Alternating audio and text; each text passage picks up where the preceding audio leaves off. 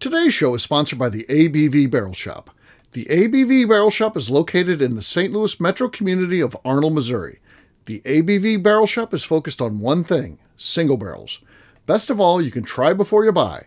Head over to abvbarrelshop.com to sign up for their email and text distribution so you know what they have in stock, what classes are coming up, and who from the industry may be coming in to visit. The ABV Barrel Shop. It's where single barrels live. We're also sponsored by The Bar to Go. The Bar to Go offers traveling minibars that are no bigger than a small purse or toiletry bag. Best of all, they are fully customizable so you can create the perfect piece that is unique for you. If you own your own business, what a fun and unique way to promote what you do. Check them out online at thebar2go.com. That is the number 2 in The Bar to Go. If you have wholesale questions, call my friend Isabel Clark at 504-481-1297. Finally, we are sponsored by the Neely Family Distillery. NFD is a family-owned business that keeps ringing up awards in the spirits world. Head to Sparta, Kentucky to experience the family history, award-winning spirits, and meet the Neely family. Check them out online at neelyfamilydistillery.com. Now, on to the show. Let's drink!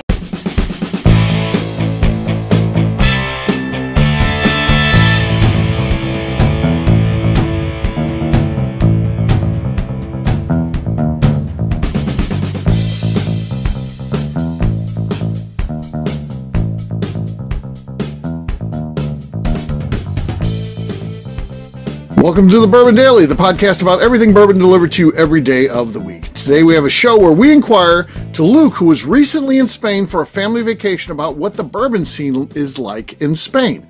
My name is Miss Beka Sue. Please join me in welcoming my co-host Steve Akeley, along with our special guests Luke Otero, Lenny Eckstein, and Ryan Thompson. What's going on, guys? I don't know, Beka Sue. You look different. You look different last time I saw you. I just read the script. So what are you going to do?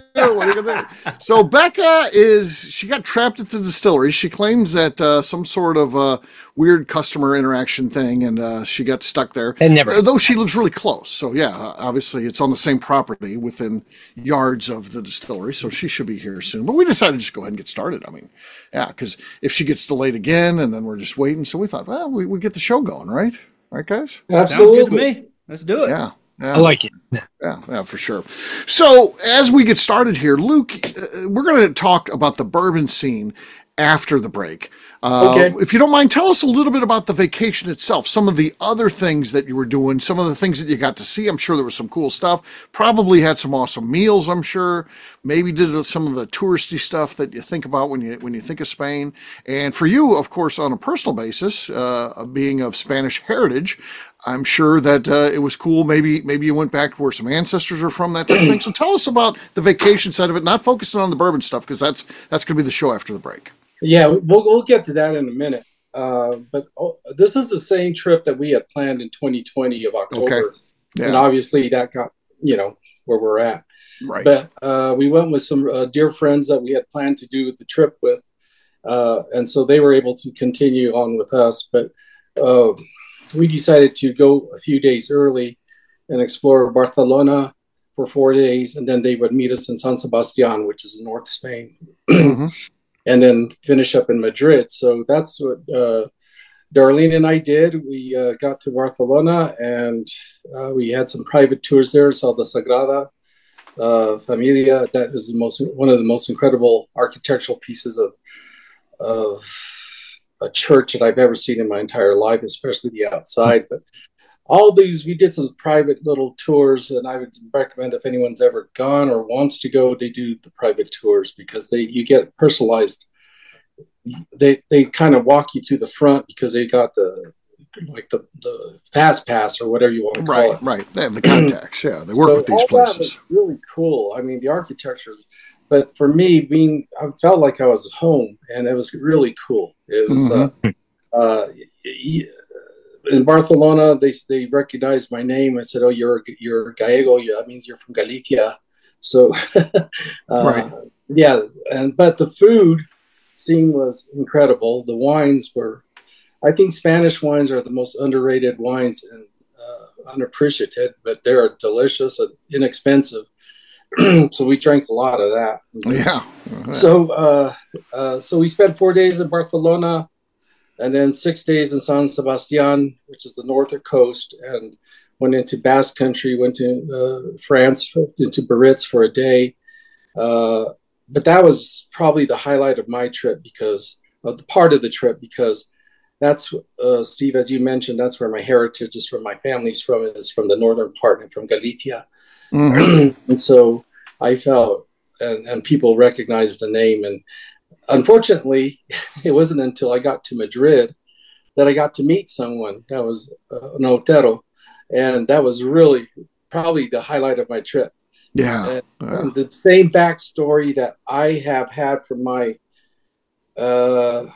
research, not my research, my aunt's research and our family tree, traced it back to where we're from. He gave the same backstory for their families from, and it was serendipitous, to say the least, that, you know, this world isn't as big as we think it is. Right. For me, yeah. All in all, it exceeded my expectations. I knew we were going to have a good time. Darlene was just enamored about it, to the point where she says she'd like to come back, this time bring the kids. But my Spanish was spot on. I was a little concerned about that, but you made it through. You were able to, had enough. They said you're one of us. I said, well, not quite, but you know, you guys forgot about us 450 years ago and left us there. So, right, yeah. But yeah, man, it was a wonderful experience, and I can. The food was just phenomenal. It was, I don't know if anyone likes anchovies, but I do, and sardines. And it was, Lenny, it was seasoned up there, Lenny. And every chance I had, I was garlic, olive oil, and fresh anchovies. It was That's awesome. You know, Luke, I won't railroad too much, but my wife was just in Spain, and I think it might have been the airport in Madrid, but she sent me a photo of a shop in the airport that was exclusively tinned fish, like walls covered. It looked so awesome. I saw it, Lenny. Yeah, really. Yeah, the tin fish shop, huh? That's Lenny's heaven, isn't it? Yeah, man. Best grocery store in the world. Yeah. Oh, you know, I love anchovies. I love sardines, and tuna season. That's gonna anchovy season stops, or actually this week it stopped, and then tuna season starts up. Okay. So they'll stop fishing anchovies and let the tuna, you know, get them, and then they'll start fishing tuna, and the tuna is just incredible as well. Jeez, you just open it up and just pour a little olive oil on it. It's a meal. Nice. Anyway, yeah. Nice. Have any of you all been? I have not been to Spain, no. I have not either. I'd love to go. Yeah, same. Yeah, so there you go. Luke, what generation American are you? I'm 10th. Otero and Lucas is 11th. So yeah. Okay. Wow. Cool. Yeah, nice. Very cool. Is that your first time back to Spain? Yeah, my folks didn't come here to New Mexico until 1681. Wow. Holy cow. Nice. You founded New Mexico, basically. Right, I think so. Yeah, exactly. That's crazy. There's that. Yeah. On that note, guess what, gang? It's time to drink. What is everyone drinking? Let's start with Mr. Otero, our VIP guest here tonight. He's the man of the hour. What do you got here, sir? I'm going to go with a little bit of some Willet Wheated. Okay. There's not much, so we'll see what happens. No. Okay, just a little bit of base there, not much else. I, of course, selected a Colorado distillery. We got our Colorado guys on here. I went with Leopold Brothers. Leopold Brothers. Their American corn whiskey. That's a liter. Look at that thing. That thing's huge. Nice. All right. You can't even get it on the back bar. It's just, any shelves you've got. Yeah, you have to open this in an open container. Open area, I mean. All right, here we go. Swat on the set. Decent. That could be enough, depending on how you guys do. We'll see. All right. We'll let Ryan go. See if Ryan can beat that. Well, we all know the answer to that, but I will still have to participate. Okay. And in lieu of Beka Sue not being here, right, I figured we might as well open a little Hidden Barn. Hidden Barn. Okay. All right. Fair enough. Might as well. Yeah, that's good. I even had a mispull. He had a misfire there, but neither one made any noise. So, yeah. I think the mispull might have been louder than the actual pull. Yeah. All right. Last but not least is Lenny out on the deck. He's up in Maine right now, having fun. I am. What do you got there, man? I think I'm going to do a whole range of New England whiskeys. So I'm starting off with Wiggly Bridge Small Barrel Bourbon from down in York, Maine. Yeah. Well, yeah, they're awesome. Sorry. No, not enough there. Not enough there. Nothing was there. I heard a little duke. But yeah, that's it. Cheers, gang. Cheers. All right, we'll take a quick break, and then when we come back, we're going to be talking about Luke's trip to Spain again.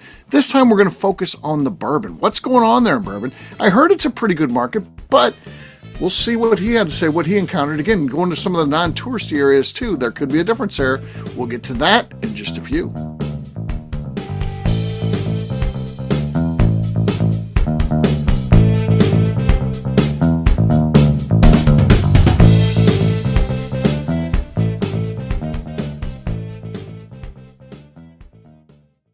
Okay, let's talk about the people that make these shows happen. First up is the Stave and Thief Society.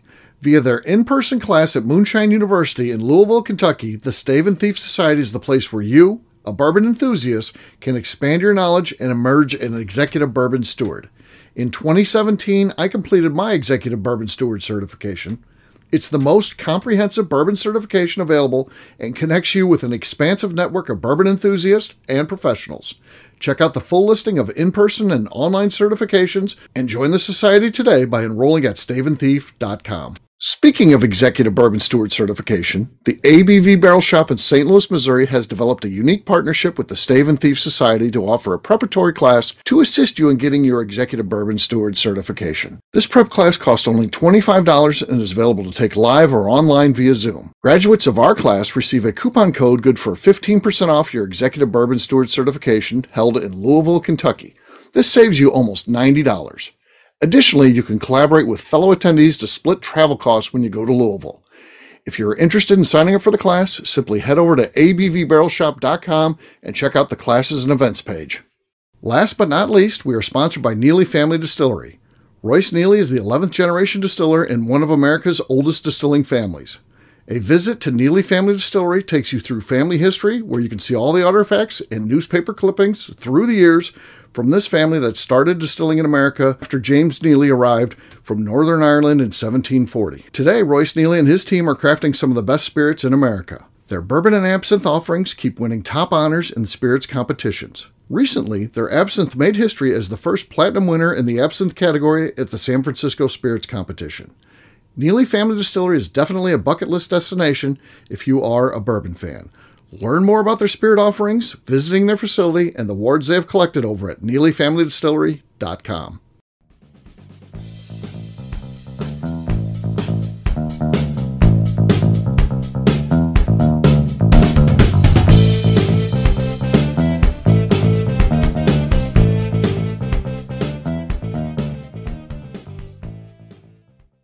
This is Evan Neaters, and you're listening to the Bourbon Daily. Cheers.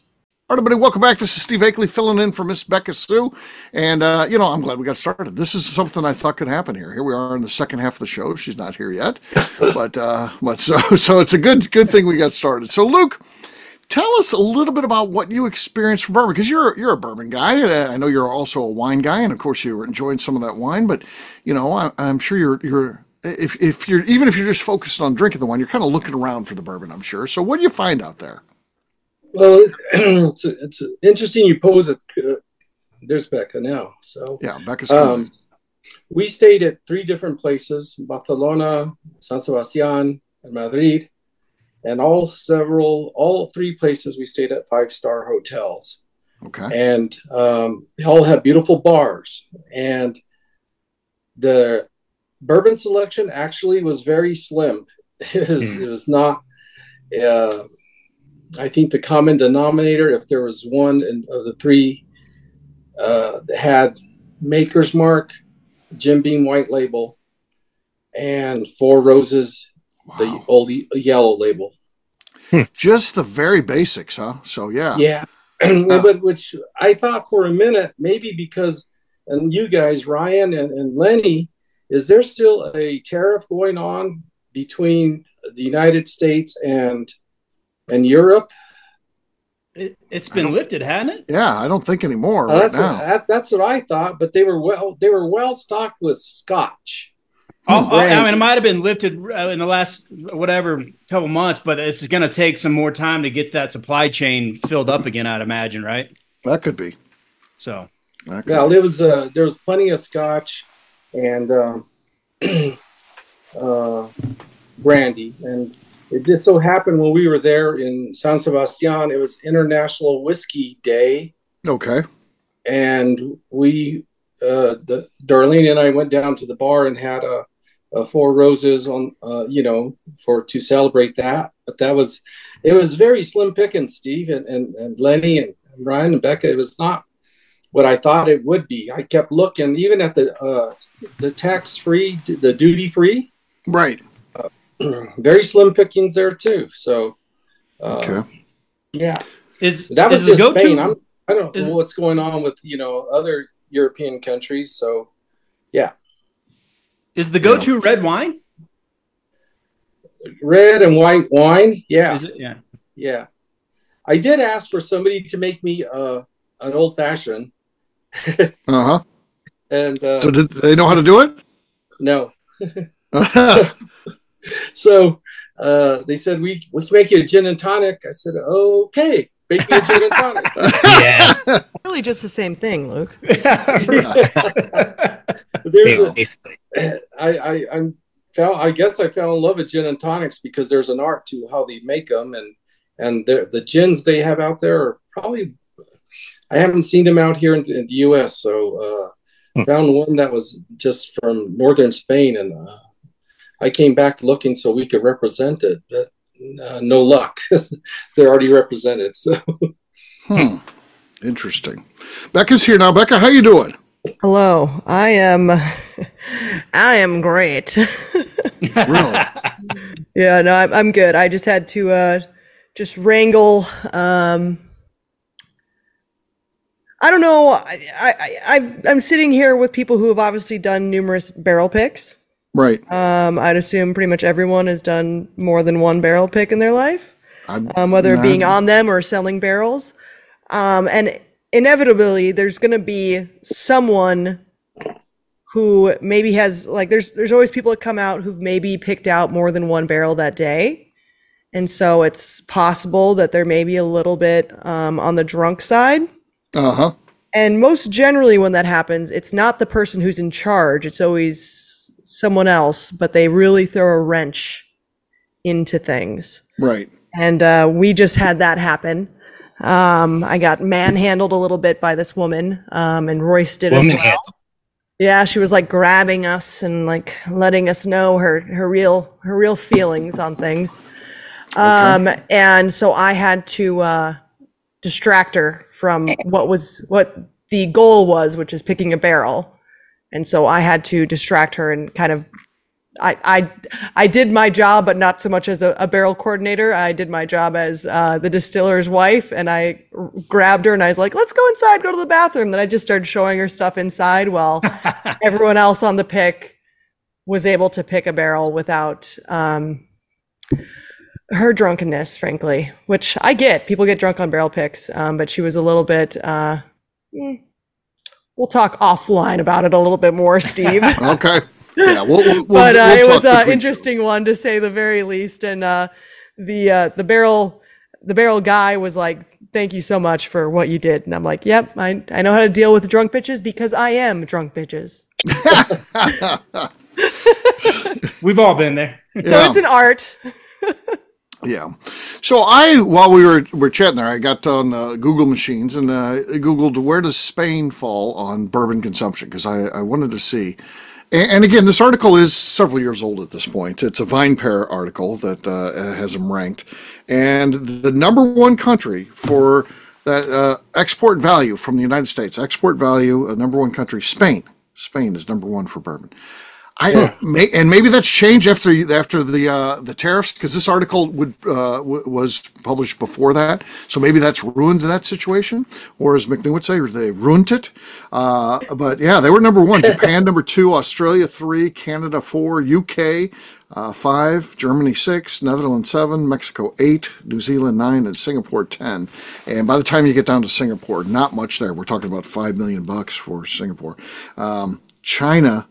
A little bit over 2 million at that time. So we think about China, this great big country with all kinds of opportunities, and certainly there are if they can get a taste for it. But certainly they don't have that taste for it yet. That's for sure. So, what year was that, Akeley?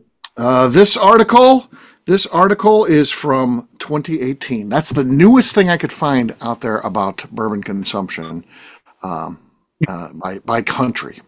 So yeah, so that's old at this point, 6 years. Well, sounds like maybe Japan and India might be certainly a little higher on that list, and Spain might be a little lower down based on this experience, huh? Yeah. Mm-hmm. What could they be doing with all that bourbon that was not evident? Maybe that's what they put in their gin and tonics. Yeah. It's like this gin and tonic is excellent. It's the best gin and tonic I ever had. Secret ingredient. Yeah. Lenny, when your wife was there, did they offer her gin and tonic? I mean, it's a national possession. I didn't ask her. I'm sure she had one or two. Yeah, she's always game for it. Like, it's interesting because, like, I have not been to Spain, but anywhere I travel, I'm always eyes out for any kind of, whether it's like locally produced whiskey or what they might import. Maybe it's a brand that we don't get here, which happens every so often. But in absence of a selection of what I want, it is always fun to do the go-to of what seems appropriate in that region. So I get the gin and tonics. That's the thing. Yeah. But yeah. Well, Luke, that it sounds like a great trip. First of all, it sounds like a great trip. But as far as bourbon trip, no, not so much. Not a whole lot going on there in terms of the bourbon. So we did appreciate the 4 roses we drank that evening, and surprisingly, and I know this is the Bourbon Daily, but their tequila selections were probably better than the bourbon selections. There was better tequilas on the show, which I found interesting too, because then Darlene asked, "Well, make me a margarita," and it was not a good margarita. Really? Did they just not know how to make good mixed drinks? They can. It's all about the wine, I guess. Yeah. I feel like they just don't know how to make mixed drinks at all. No. Right. I think that's it. It's all about the wine, the sardines. Beka, I did talk to all the bartenders that, when we were there, and one of them been there 38 years, and he does all these very classic cocktails because this bar is like a 5-star hotel, but none of them I recognize. I don't know if it's a European thing, but a cocktail list, I don't know. But for us, we drank a lot of wine and a lot of good wine. Beka, you need to go. Yeah, I was gonna say that sounds just up my alley. There you go. Yeah, there you go. So, no. Anything you're gonna import back to New Mexico, Luke? No. Yeah. I looked into that gin, to be quite honest, because it comes from Galicia, where my family's from. Right. But they're being represented by somebody else already. Damn. Beka, it's incredible because they make it from the Abarino grape. Lenny, wow. It's a grape based, and then the botanicals that are in there just Ryan, I can't explain it, but it's like a gin I've never had before in my life. Oh, so. Be I would careful. definitely drink that. Yeah, Ryan may buy that company. I like gin though. Yeah. Ryan may be like, I own a gin company in Spain now. I've never been there, but it's sure. It's good. Yeah. Right. So Luke says it's good. I'm in. Yeah, me too. I'll send you some money for that. So there you go. Great. All right. Well, good job, Luke. I'm glad you had fun. I asked Luke to come on like 5 shows while he was on vacation. Everyone was like, I'm in Spain. I'm on vacation. And then the next day I'd be like, well, what about this day? Like 2 days later. No, in Spain. So yeah, eventually he sent me his itinerary. So I knew exactly. Steve will just ask, and he won't stop asking, and he'll keep asking. Yeah. So he shut me down. As long as I'm not on the don't call list, I'm happy about that. All right, we'll wrap this one up as we always do by talking about where people can find us. Lenny, we'll start with you. Where can people find you? Well, you can find me and the rest of Deerhammer on social media at Deerhammer, on the web at deerhammer.com. You can also order a bottle shipped to your door. Speaking of which, shout out to Jeff Vichert, who just ordered 12 bottles of American Single Malt an hour ago from our website. I'll do that. So that's more cool. Customers like that guy. Yeah. And come visit us in beautiful Buena Vista, Colorado. All right. Luke. Yeah, you can find me back home in Santa Fe, New Mexico. You can find me at Luke at Santa Fe Boutique Wines, and also Luke Hotel on LinkedIn. All right, Ryan. Across all socials at 10th MTN Whiskey, and our website's 10thwhiskey.com. That's 10th whiskey with an E. Miss Beka Sue. You can find me on Twitter and on Instagram at Miss Beka Sue, 1K, no C's. All right, for me, I'm an easy guy to find at Steve Akeley on Twitter, Instagram, or Facebook. I've got a website, steveakeley.com. We've also got a company website. That thing's abvnetwork.com. Check it out. Everything that we do is out there. Previous shows, blogs, so much more, abvnetwork.com. Come by and see me, the ABV Barrel Shop, the place where you can try before you buy. You never know who's going to be there. Maybe Luke Otero will stop in there one day. You just never know. Check us out online, abvbarrelshop.com. Miss Beka Sue, anything else to say before we get out of here? I just like to remind the audience to please give us a 5-star review that includes comments. It helps new people find the show, which is very important to us. If you like what we're doing, we ask you please visit our Patreon page at patreon.com/the ABV Network. Great job today, gang. Fartins, we'll have a brand new show for you tomorrow. Looking forward to that. Until then, take care, everybody. See ya. Bye. See you guys. Adios. Peace.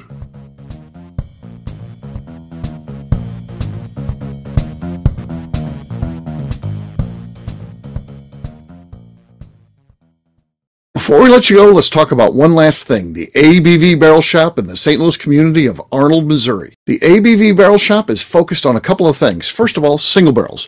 We are the place where single barrels live. We go to distilleries, taste through the whiskey, select the best barrel, and have it shipped to our store where we present it to you, our customers, by allowing you to try before you buy. We're also known for the classes that we have in our education center in the store, as well as the events we have with industry professionals from the bourbon business. If you are in the St. Louis area, please come by and visit us at 6 Fox Valley Center in Arnold, Missouri. Or at a minimum, at least sign up for our email and text distribution so you know exactly what's going on in our shop over at abvbarrelshop.com. This is Steve Akeley, owner of the ABV Network, signing off. We thank you for listening to our programming and truly appreciate your support. The Bourbon Daily is part of the ABV Network. For more information or to become a sponsor, please visit abvnetwork.com. Thanks for listening and cheers. This has been a Steve Akeley production.